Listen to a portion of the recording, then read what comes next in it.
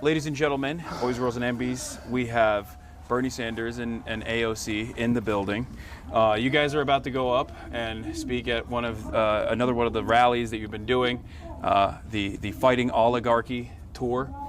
And I'm very excited to have you here. Vegas, specifically for me, has a lot of importance because I always say it's like the last time that I felt really hopeful about the future of this country, because I was outdoor knocking for you along with the Chapo boys as well in the primaries. And we did pretty well, huh? Yeah, and everyone kept saying, oh, the culinary union is not going to vote, but the rank and file very clearly was swinging in your direction. And in spite of the media attacks, you obviously pulled through, and then COVID, and then all hell broke loose, obviously, and here we are.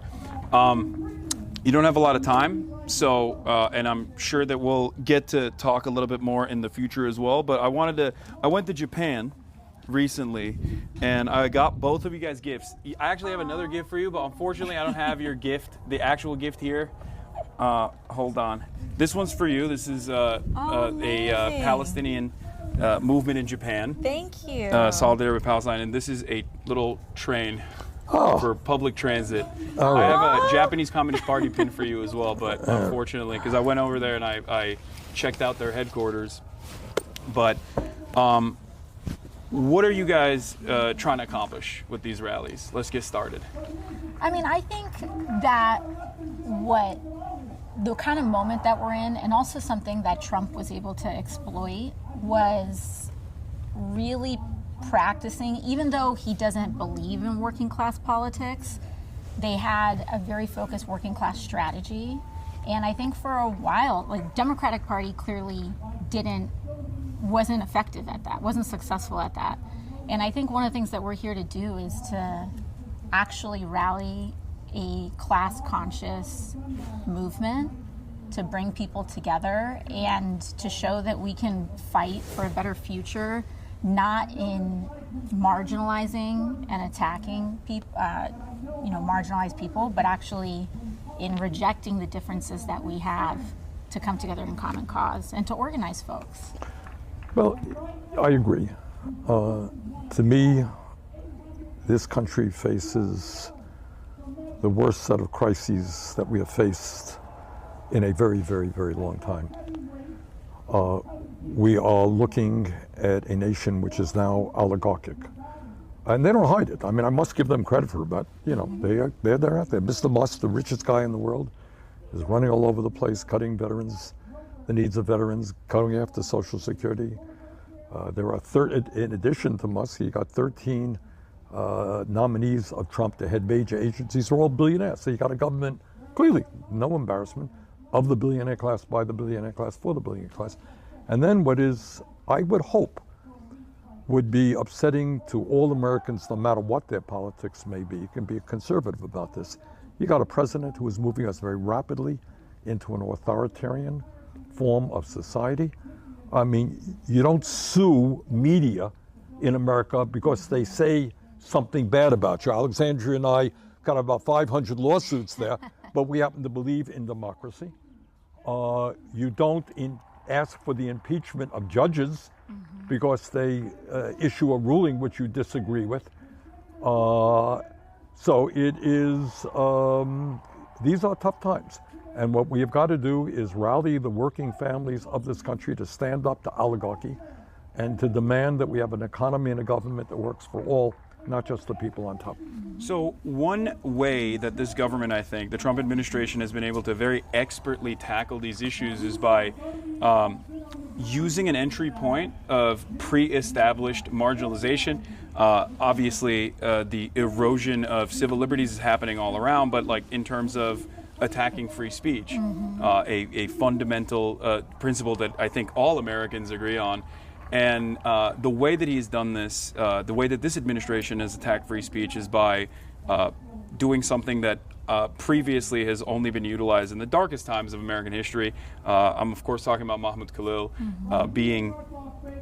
potentially being deported, or at least having his green card revoked for basically nothing. That the administration has all but admitted it for no discernible reason other than the fact that he was the lead negotiator on the student side, the student protesters at Columbia campus. On top of that, just like in Nazi Germany, the Trump administration is now trying to put up an academic receivership and take charge and take control over different institutions within Columbia, and I feel like this is a grave mistake. Do you feel like the Democrats have any sort of interest in fighting back against this? Regardless of what their opinion might be on Israel, the fact is that this is greatly going to expand, and it's simply just the entry point. Like the Palestine conversation is simply an entry point that has at least like some semblance of institutional backing. But it's obvious to me that they're going to go after a lot of other people, including but not limited to the French researcher, according to Le Monde, that was denied entry into the country because they looked through his phone and they found out that he had criticized Trump's elimination of grants. I think there actually is support for it because of the free speech grounds on it. Because of the free speech grounds, because when ICE came to try to pick up, in Mahmoud Khalil's case, when they tried to pick him up, they offered no warrant. These were unmarked people. There were no charges.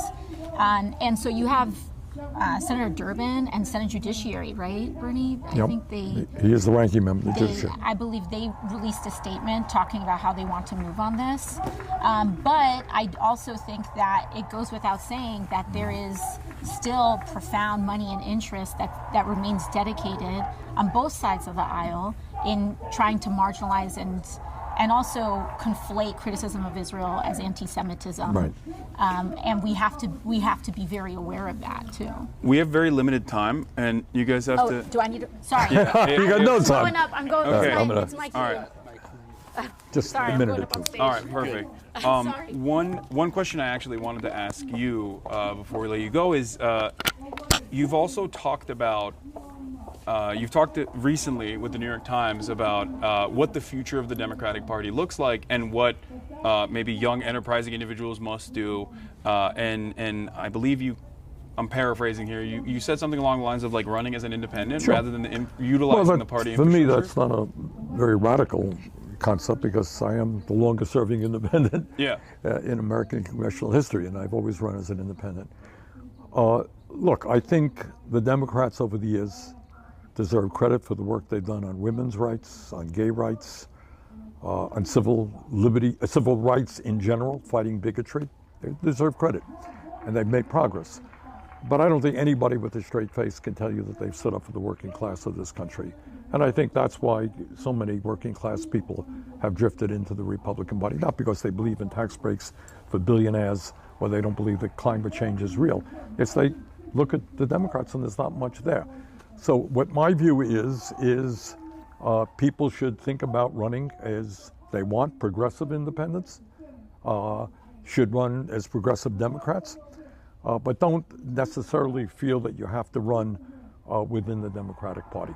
And I think as you may recall, in Nebraska, a fellow named Dan Osborne ran a really, really powerful campaign as an independent, running as a very proud trade unionist, running on economic issues, and he did extremely well, much better than anyone had anticipated. So that was my point, and I think it makes sense. Do you feel like there's any sort of momentum to break through the duopoly in this structure as someone who has run as an independent? It is. A long career?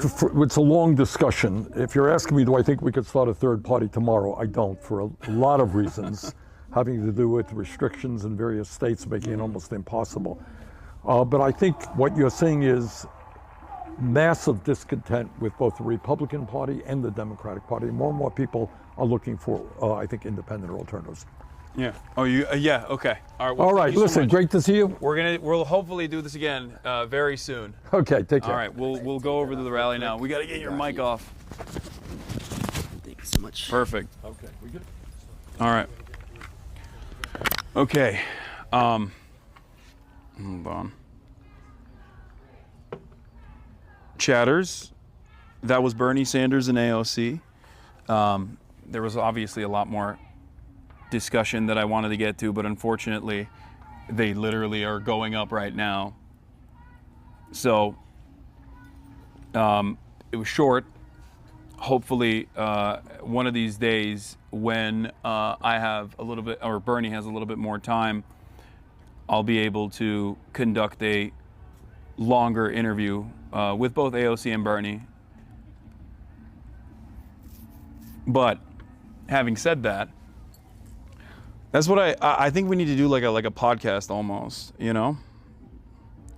Purposely dodge? No, bro. They're talking. They're literally.